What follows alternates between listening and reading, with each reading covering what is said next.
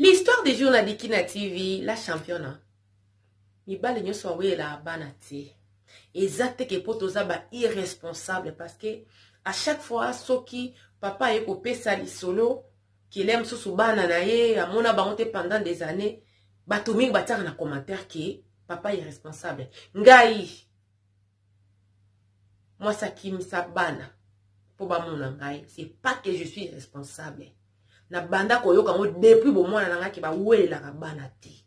Yango wana nazala ki pena makasa wela bana te, ce n'est pas que je suis responsable mais na tika ki volonté na et ça na lolenge lingaki. Suivez l'histoire des jours na Dikina TV, ceux qui d'amba liboso monanga aimer partager surtout aux gens ça pour s'abonner. Suivez juste après la publicité, suivez. Bonjour, c'est Babi. Bonjour, Maman Rose. Ah, vous êtes satisfaite? Je suis très contente. Je suis venue, mais comme je n'avais pas encore reçu ma robe, j'étais un peu entre les deux. Maintenant, regardez vous-même, il n'y a rien à dire. C'est tellement bien fait. Et je vous conseille vivement de venir chez Maman Rose Couture. Vous ne serez jamais déçus. Regardez vous-même le travail, la finition, la fonte. Rien à dire, les hauts. Et vous pourriez trouver aussi des accessoires qui pourront aller avec la robe, la lingerie, les chaussures, tout ce que vous pourriez avoir besoin. Venez, venez nombreux. Voilà.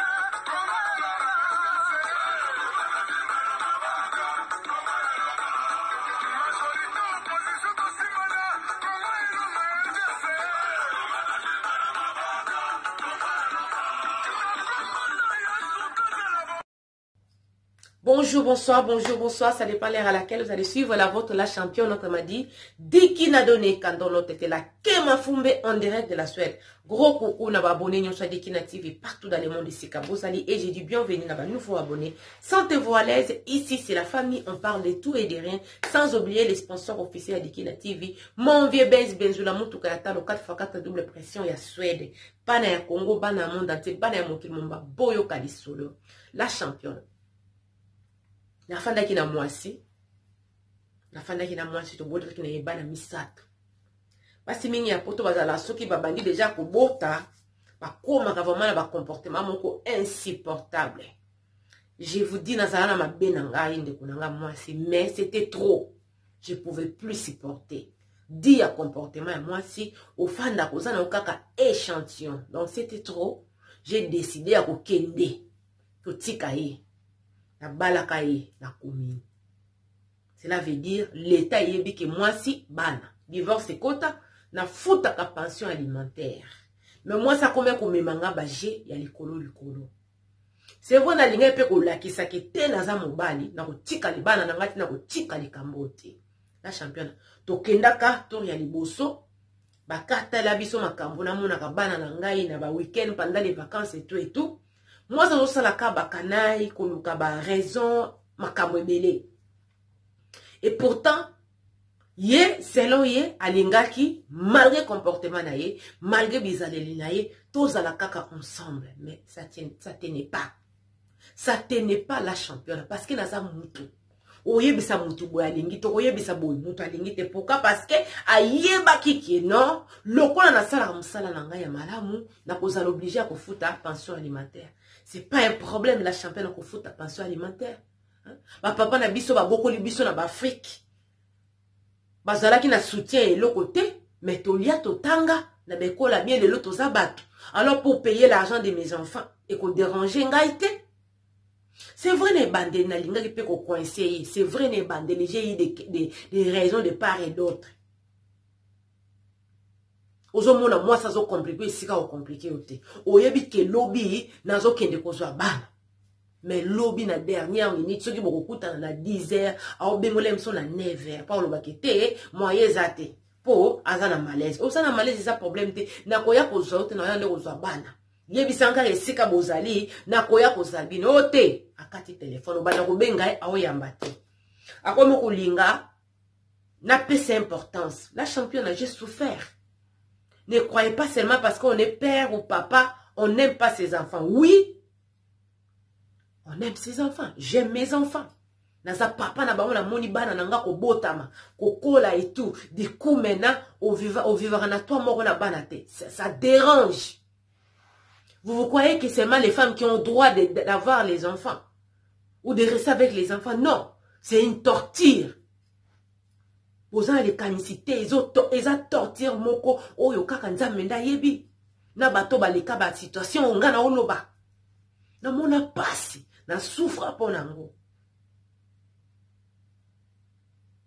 J'ai perdu 6 kilos. 6 kilos. Pour le divorce, c'était. Parce que moi, si na bizalene ma besi na lembaki. C'est moi qui étais partie. C'est pas la femme ou l'air maman. Non. Moutounio ça la besoin enfant de sika va valoriser. Moutounio ça la besoin enfant de sika ou à se sentir nini oyo azo porter quelque chose. On va les échantillonner.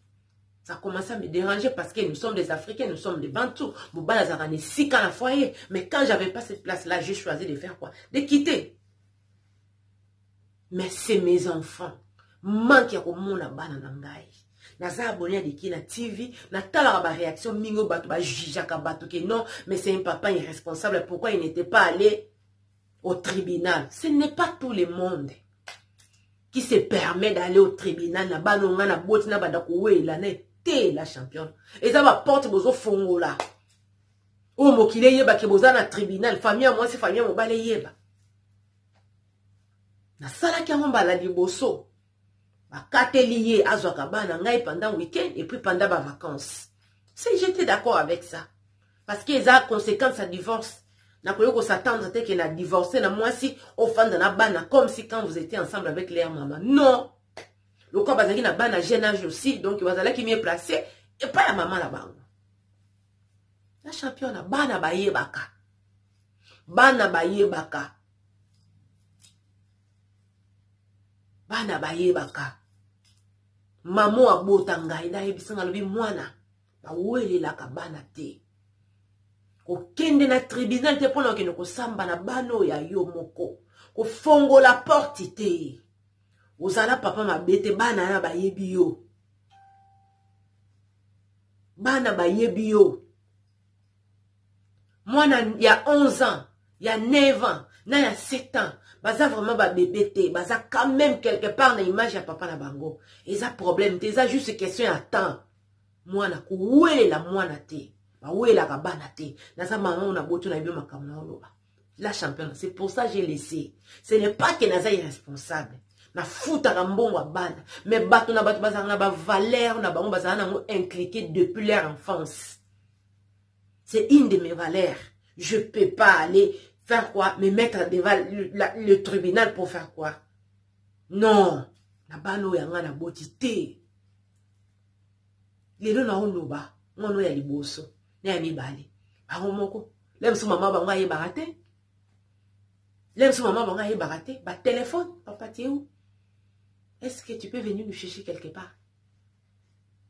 Ndabi barabi makanya wana na yepe na kote na bana nga tolie na kafse tolie na bakwik. Allez.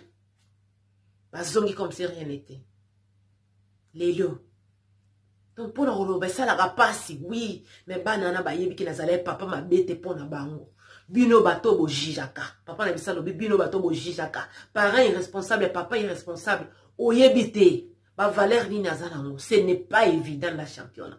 Ce n'est pas évident bato yo, bazala kite tango kutana kina mwasi na yo, bazala kite tango liaki mwamba, babanda ko katela bino, yo zalaka na mwana pendant ce temps, ce n'est pas évident. Ce n'est pas évident mona mwasi pona kolinga kotika na bana kolinga ko salir yo à tout prix. La championne c'est pas évident. Soko za makasité tu peux sortir de là malade et sérieusement malade. Parce que tant on mona bon on mona qui a mingi basi a poto bolingo mingo ya mbongo ya bolingo bana te me bolingo ya pension alimentaire bolingo ba droit o ba pesa ka wana ya ngonde akoza l'oblige ko salir yo akoza l'oblige ko salir yo donc j'ai na pesier tant wana te juste mbala liboso to kende ko moni que témoin la moi so elle était prête à aller bana ba kola bana ba okola lokola bana ba koli yemo maman na bango aza l'obligation faut baza na téléphone denga ko se communiquer et tout oui babenga kangai malgré maman na bango azo pekisa bana babenga ete maintenant ba komi ko tourner pourquoi on peut t'appeler pourquoi pas papa pourquoi on peut parler être avec toi et pourquoi pas bango moko bakoma ko planifier papa ce week-end on sera là-bas chez toi tu viens nous chercher kande balobi ndenge ko salema bana bakoli la championne ezalaka likambo atan papa nyoso azoleka na situation difficile neti ngana leka na yeso kizaka likambo atan à moins kozalaki papa mabe mais so ozalaki papa ya bolingo bana bayebi avec mes enfants à tout moment papa tu te rappelles encore papa tu te rappelles donc c'est comme si les temps perdus to salinini to gagner yango bolo bakate ke o papa oyo basalale sous 2 ans 3 ans sans komona bana baza ba responsable non mutuna mutasana ba valeur na ye mutuna mutasana ndenge na moni la makambo c'est très difficile ko kende ko samba pona bana na yo bakende ko salir yo kuna ndenge za mobile mabe tout poka ka lukazo garde ya bana c'est pas évident je souffert c'était pas facile mais maman ya botanga pesanga conseil habité bawela ka bana te okende lisute sika ya sala nde motema ne lingi bana wana baza bana moto msute baza bana na yo bakoluka yo oui comme ma mère avait dit azana bango na ba réseaux sociaux na ba snap na bango batiaka wana et tout donc vraiment ça me fait du bien ça me fait vraiment du bien donc pour na kolubara nazala papa est responsable mais j'ai choisi la paix nabi ke bana na ngai ba bossa na ngai te na choisi ça ki nzela wana mais zate ke pona za irresponsable de la mona ba commentaire ya batu bolinga ko lobara te pourquoi parce que yebite loko nyine sala ke papa wana andi ma situation ezala lolenge wana vraiment papa na ngai eyokani c'est vrai ba commentaire musuka ya batunde e botsaka masolo papa na bisa lobi bo jijaka te eza étape moko difficile na vie ya mutu bokanzaka ke ba maman ne balingaka bana non pas du tout ba papa pe bana no ba botani ozomona bango ti di koka boy mona iso pana te pendant un temps ça fait trop mal mais on est obligé d'accepter parce que la vie c'est comme ça on est obligé d'accepter donc eza ba mboka oto ozali basi mingi surtout baye barate ke bana ba manka ka ba papa na bango baye barate ke papa na maman baza baza important pour l'éducation ya bana pour na kanda na ye azosala ba bêtises elle se comporte comme une femme seule mais elle est mariée alingi ozalaka wana zoba pour mokili ba kazala na mwasi na azala na mobali na ndako tangu yo zali otité donc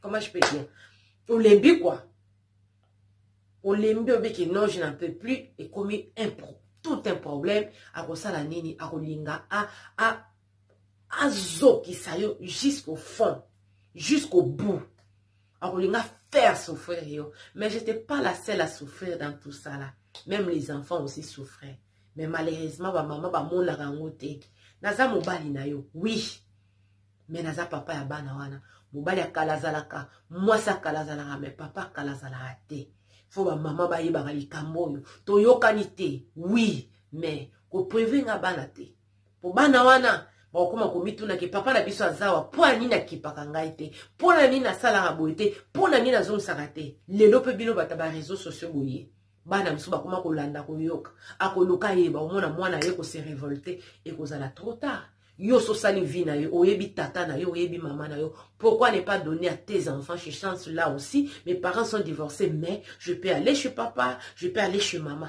yango nde salaka vraiment bande konanga na lingi bino mingi ezalaka lisolo papa na bisa ko beta cité eza passe ce qui muta poni na ye donc ko pakata mbamu cela ne veut pas dire que aza irresponsable Moutuna moutazana na ba valeur na ye mais ye azana nini azana comment je peux dire azana na valeur wana ki ba ulelaka banate na lingi bina trop c'était la vôtre la championne communiquer zali mi bali bazali basi bazali de kina love de kina meeting en marche benga juste pour te renseigner. Ou yébite le lengi nini. Et c'est quand il sourit ko. Et chance ko sourit. To fanda na bamboko zo kende musala oke ozo indako les musuto za na tante ya kokutana na bato to lingi. Donc voilà, na sepeli mingi babai bai na bino to kutani susu mbala sima periko na lati eza en vente. Donc soko sepeli nango benga okoyokutia boye donc ko penyango na marque yo lingi ko za la tout droit et tout donc eza brésilienne. Benga la championne. Il y a bien donc à teka koleka mnana yo mon sa réponse. C'était la vôtre de la femme à pizza casquette depuis la soirée to kuta ni mbala sima na émission oyo et ko sepeli sabino aimer partager surtout ko bossa na te ko s'abonner awa nzeta masolo lobi papa na ngai Eric en direct de d'Allemagne lobi la championne de nzeta masolo penda so ko fandi se relaxer ou se retrouver. Bye bye. Comme d'habitude, DJ TG habillé par Rose. Regardez la classe. Ça, c'est inédit. Ça, c'est une commande exprès pour moi. Donc, DJ TG, encore une place. Donc, vous savez, ça se passe chez Rose. 06 44 74 35 47. Et là, vous allez avoir du bon, de la qualité. Et là, en l'occurrence, Tissu Dior. DJ TG, n'hésitez pas à venir. Vous allez voir la grande classe. La grande classe. La grande classe.